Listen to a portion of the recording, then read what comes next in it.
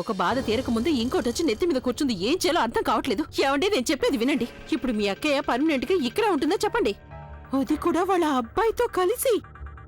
ఆహాహాహాహా, ఎంత ఖర్చు అవుతుందో మీ బుర్రకేమైనా తడుతుందా? ఇప్పుడే కదా నాకు పెద్ద ఉపన్యాసం ఇచ్చారు ఖర్చుల గురించి. బెదిరించారు కూడా మీరు నన్ను.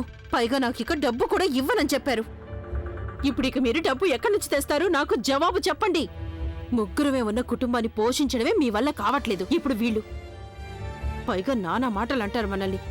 లోకులేమనుకుంటారు? ఈవిడిగారు తన ఇల్లు అత్తారిల్లు వదిలేసి పుట్టింటికొచ్చిందని గేలి చేస్తారు అందరూ.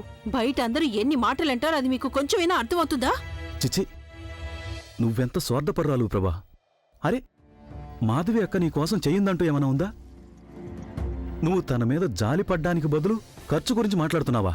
ప్లీజ్, నువ్వు ఖర్చు గురించి టెన్షన్ పడవలసిన అవసరం ఏమీ లేదు. ఇక్కడ నేనున్నాను, అర్థమైందా? తను నాకు అక్క అవుతుంది.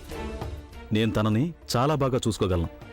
అందుకని మాధవి అక్క ఎన్నాళ్ళు కావాలంటే అన్నాళ్ళు ఇక్కడే ఈ ఇంట్లోనే ఉంటుంది, నా ఇంట్లోనే. నోరు పారేసుకోకు. ఇక ముందు ఎప్పుడైనా నువ్వు ఇంత నీచంగా మాట్లాడావో జాగ్రత్త, అర్థమైందా? అలా అనొద్దు తమ్ముడు.